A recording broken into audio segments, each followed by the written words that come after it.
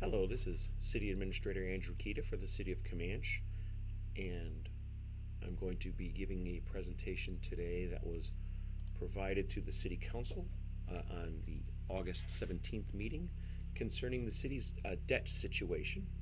And I can assure you that the debt situation is quite favorable to the city, and I think you'll see that throughout this report.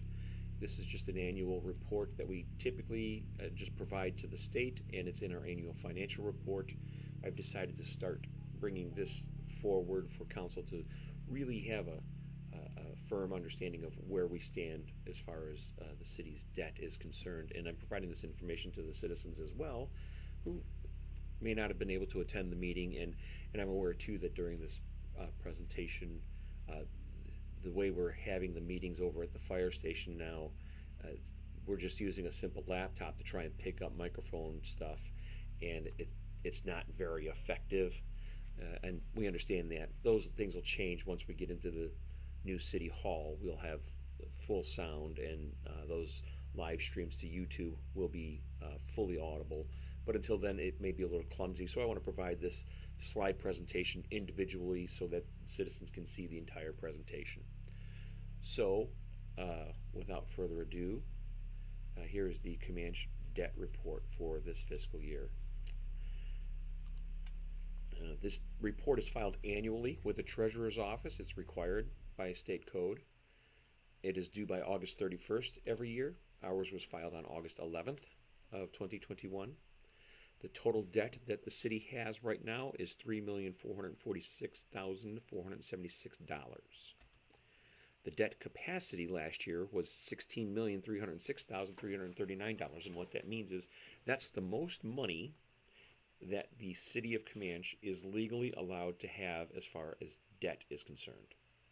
That's the most debt the city can carry. And it's based off of property valuations and a math calculation. It determines that's the maximum amount of debt you can have. And that's true as far as what you can legislate locally. You can always make the case in an emergency that you need more, but we prefer not to do that. This debt capacity will increase this fiscal year to $17,268,000 and some change, somewhere around there. And this is due to the fact that property values have increased in the community, as well as there's been some growth going on. But it really is more surrounding the increased property valuations that were done by the county in October, November, and December of last year, and then they came out with the property valuations for those properties that they were able to finish in December before they sent out the new tax bills in January. So we do know that they did further work after December, and they were here, I think, through April. So this number will be going up again as far as our debt capacity is concerned. It's based off of property valuations. We expect 2022 to increase even more due to those increased property valuations. The debt ratio depends on how it is paid. There are two different ways to pay a debt as far as the city goes. You can pay a debt based on a tax levy, which would be your property taxes, or you can pay a debt based off of special revenue, which would be proprietary funds like water, sewer, garbage, and also road use is a special revenue. The GO debt, the general obligation debt on the tax levy that the city is responsible for, which is what really counts for us, is $2,282,442. Those two projects that are covered on that debt right now are the Washington Boulevard project from the late 2000 or early 2000 teens, 2010, 11, somewhere around there where that project was done, and the city hall, or not the city hall, I'm sorry, the community center project where we had to do the reverse referendum to bring some money back in because of the expenses that were incurred to the general fund cash at that time. So those are the two general fund tax levy obligation debts that we have. And interestingly enough, both of those will be paid off in, I think, 2028. The general obligation debt on revenues, which would be against water, sewer, garbage, is $1,539,034. Most of that is the lift station debt for the lift station and force main that was put in to push our sewage up to Clinton. That debt will fall off, I believe, in 2030. And the other that's slightly under $1 million that we still owe on that debt. The other portion of that would be the City Hall remodel, which is going against water, sewer, and garbage. And that debt was taken against those funds because 75% of the functions that we perform at City Hall in the offices are in regards to those utilities and those transactions that happen for those business utilities. So we found it appropriate to charge that debt to those utilities. We also have a road use fund debt, which would be the Anamosa Road project, which was done in 2015 and partway into 2016.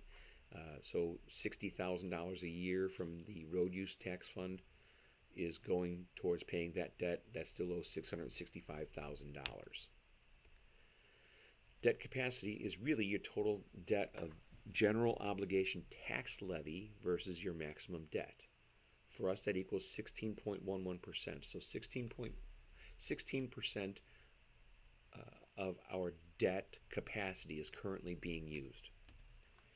After fiscal year 2021, when the financial report is done, that number will drop to 15.21% because not only are our debt's lowering because we're paying them, but our debt capacity is increasing because our property valuations are going up. We project the limit will increase again in fiscal year 2022, as I stated earlier, as valuations increase. That will just continue to widen this gap of your debt capacity. So here is a chart that shows the maximum bonding capacity of the city over the last 2 years and what is projected to happen through 2022. In 2019, we were a shade under 16 million as far as our maximum debt capacity. In fiscal year 2020, that went up to almost 16.5 million. In 2021, we're over 17 million. Project by 2022, our maximum debt capacity is going to clear $18 million. That was with a conservative 5% increase from 2021 to 2022. The difference between 2020 and 2021 was 5.6%. So it's quite possible that that's going to rise even higher, up to 18.5 million for the maximum debt capacity for the city. This chart here shows you how our debts have been decreasing over the years in total, and the debt capacity is increasing. You can see the red areas are the general obligation levy to the debt, and those numbers keep going down as we pay down that Washington Boulevard project. That's a very expensive project every year that comes out of taxes to pay that debt. That's about $300,000 and $330,000, and then the City Hall debt is about $45,000 a year on that tax levy. But when we borrow the money for the City Hall, for the community center, that community center debt is about $45,000 a year, and it was a 10-year debt. So we'll be paying that off after 10 years. So you can see the trend line is going down on the debts that the city owes, and the blue area is the unused debt. That is untapped areas where the city has not borrowed money where it legally can. And pause right here just to reflect on that a little bit. The city borrowing money is different than how an individual or a company borrows money. When the city bonds out for a project or essentially borrows money, the lenders in those situations receive a tax break as long as you borrow the money before you do the project. What that means is the lending institutions do not have to pay income tax on that interest income. So they pass those savings on to the city. And in order for those lending institutions to have a balanced book of debts out there, they have to have a certain dollar amount of assured money coming in. And most assuredly, the city is going to pay its debts. So municipal bonds are very good solid investment. They don't make them a lot of money, but they also don't pay income tax on that. So in return, the city receives a very high quality interest rate for, and these are the two examples I can give. For the City Hall project, we borrowed $400,000 debt and a $200,000 debt, so they didn't require referendum votes. And each one of those debts received 1.55% interest, which is about 0.6% below the rate of inflation. So that's very good. And I expect now that the rate of inflation is going up. If you're paying attention to what's going on in the economy, the rate of inflation is even much higher. So that's a very favorable interest rate. The community center was a reverse referendum, and it was the maximum amount we could borrow without doing a regular referendum. But we also did not receive that quality interest rate because it was done after the project. Had it been done before the project, we would have received a favorable interest rate. We still got an interest rate of 3.5%, which is good, but overall, it would have been much better had we borrowed the money up front ahead of time, and then we still would have had that cash on hand as the city. So back to this report. If we pulled up all of our projects in the capital improvement plan, this is about where the city would be at its debt capacity. If we did all those projects today, we'd be at about 30% of our debt capacity. I'm recommending to council that they do, if you see this red line here, that they pass a resolution to reserve at least 20% of the debt capacity for emergencies. Most cities do this, and they can put that number wherever they want. I'm actually more in favor of putting it at 30%. If the city were to pass a resolution reserving 20% of their debt capacity, that would mean that they could emergency borrow $3.5 million and use that money for an emergency project that would have to be done. That kind of restricts any council from going above that unless it actually is an emergency. I'm more comfortable, I think, at putting that at 30%, so allowing councils, future councils, to only borrow up to 70% of debt capacity in non-emergency situations. That moves that borrowing dollar amount to about $5 million. $3.5 million in an emergency situation doesn't get you very far. It'll get you some legs, but it won't get you the whole race. So reserving 30% would be more recommended. This shaded area here shows you where most cities operate as far as their debt is concerned. Most cities operate on debt because you get favorable interest rates, and that's how you can get major projects done. Saving up money for a $2 million project isn't feasible because you're setting money aside for a project and you're trying to save $2 million. That's going to take you a long time to do.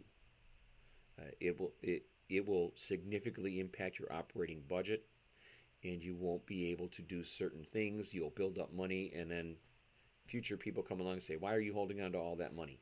Let's spend it somewhere else. And then your projects never get done. On top of that, a $2 million project that you're saving for, it may take you 15 years to save that money, and in 15 years your $2 million project is now $3 million. So the rule of thumb here is it's never cheaper to do a project than it is today. And if you can borrow the money to do that at less than the rate of inflation, then it's probably a good idea to do that. So under this guideline, it's more about timing of when debts retire.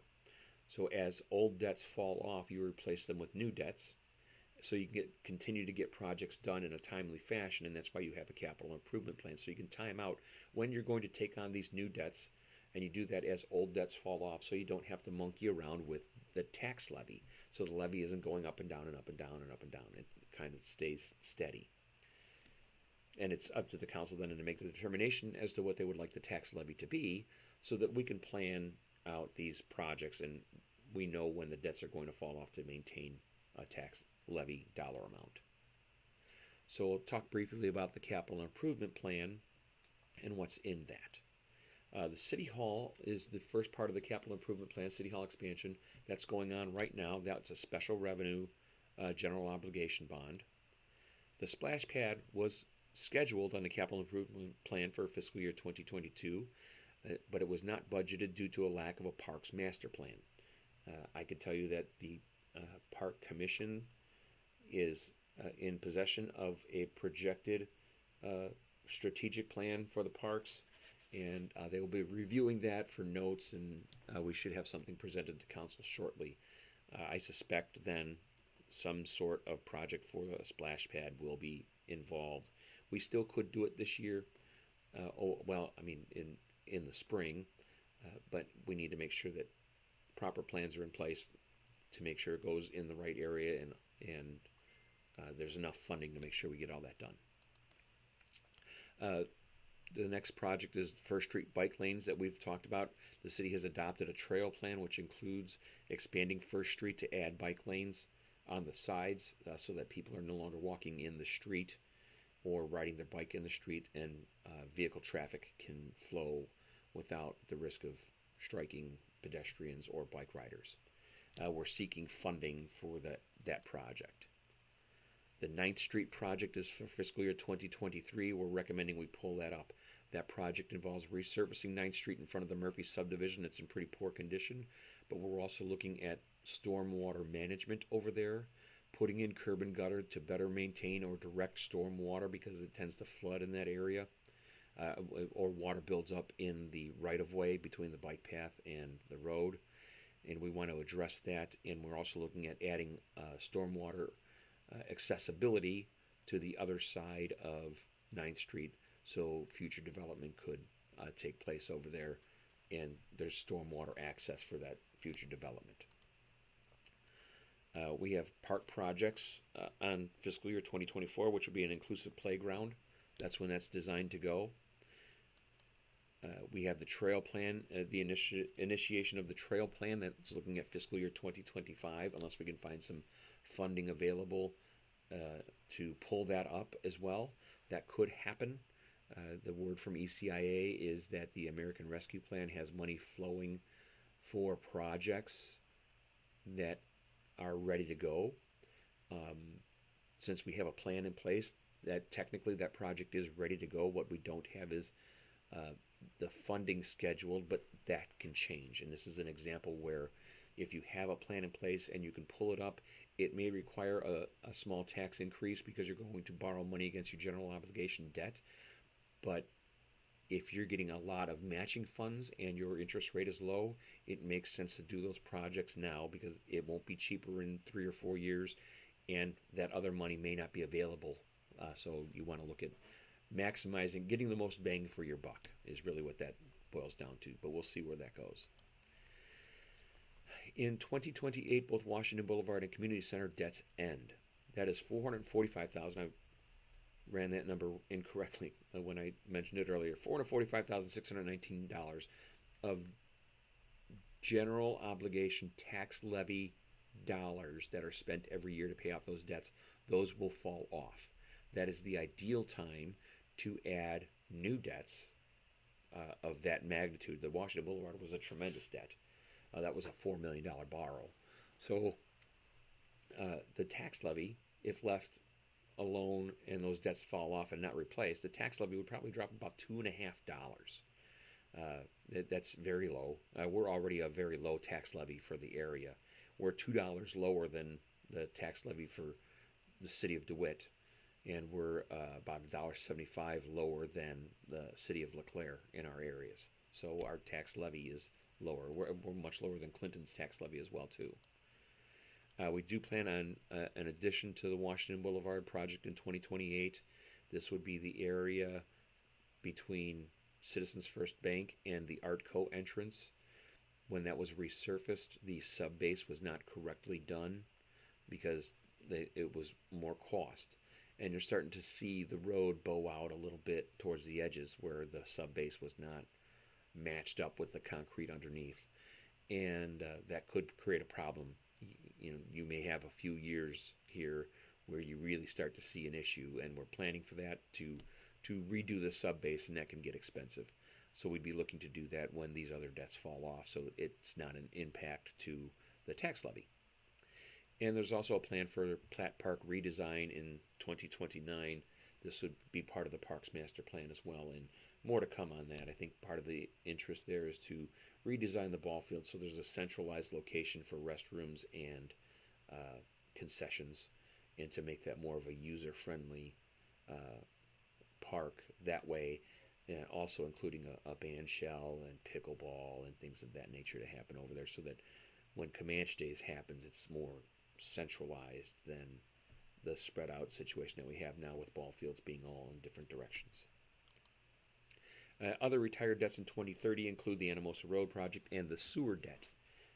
Those are, again, special revenues that will just, for the road standpoint, that allow us to do a few more linear foot of street. $60,000 a year doesn't get you a whole lot. It gets you about a block and a half.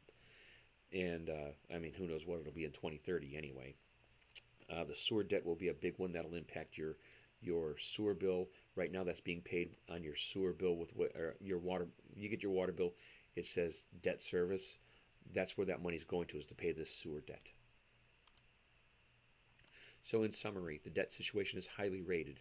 I have not heard back from the bonding agent, but I suspect that the city of Camanche is a AAA rated borrower, which is great. It gets us the best interest rates available, and it creates a lot of interest when we do ask for money, especially if we go out for a nationwide bond for a large project. When we do some of these other bonds, we just contact local lenders and get their best rate, and that's what happened with our City Hall debt. We received the best rate from First Central State Bank. Other area lenders gave good interest rates, but not as good as First Central State Bank did. I suspect had we gone nationally, we would have received something similar from a national bank, but we'd rather keep that operation local for that amount of money. If we're going up to 1.9 million, we may want to look towards a national request for a proposal for a debt of that magnitude. Increased revenues from higher valuations could add debt while keeping the levy the same, or slight increases to the tax levy. That means there's more revenue coming in. So the opportunity for the city is to lower the levy, which is what we were able to do this year because the valuations went up so high. The city council made the determination to not only lower the levy, but lower it a little further once we got the information about how much the tax valuations were increasing, our property valuations were increasing. So the city council made the decision to lower it 10 cents more. So we did a 30-cent the city council did a 30-cent decrease on the tax levy. So that's beneficial to the citizens. And if the property valuations go up again and the tax levy stays the same, that means there's still going to be more revenue coming in to be able to pay some of these general obligation debts should we take them on as a city operation. That money will be available. I do expect that that's going to happen as far as the increased property valuations. It'll bring in more revenue, and the city will have the option to either lower the tax levy or pull some of these other projects up, and let's get them done and keep the levy the same. So the only reason your property taxes that you pay would go up would be because your property value went up. Recommend that the city establish a debt capacity reserve of at least 20%. I personally prefer 30%, but that'll be a decision that city council will have to make. We will be recommending that a debt review of this nature happen annually, and I will make sure that goes forward. Again, we usually do some brief touching on the debt situation during the annual financial report. I would rather get more in depth with that so that council and you, the citizens, have a better understanding of what their tax dollars are paying for and what the city's debt situation is. And again, as reviewed in this report, it's quite favorable. Recommend pulling up projects while interest rates are low and combine two projects. And my recommendation is to pull up 9th Street, to do that as quickly as possible, and the First Street project with the bike lanes. But we want to make sure we can capitalize on American Recovery or American Rescue Plan funding that's available for getting people outdoors, and that may also include the trail plan requests. And if that money's available, if there's hundreds of thousands of dollars out there floating around that's available for the choosing, because other cities don't have plans in place to do those things, and we do, then we ought to consider doing those projects. if that's other money that's available, either we get it or someone else gets it, and I would prefer that we get it. But we have to, the city council will have to make that decision going forward. And that is the completion of the presentation. I thank you for your time. If, as always, if you have any questions about what's going on with the city, you're more than welcome to call my office at 259-8342 or send an email to akida@comancheia.org, or you can visit our website, www.comancheia.com, and you can find boxes to submit questions. You'll find links to phone numbers and email addresses there. I thank you very much for your time, and I hope everybody has a great Camanche day.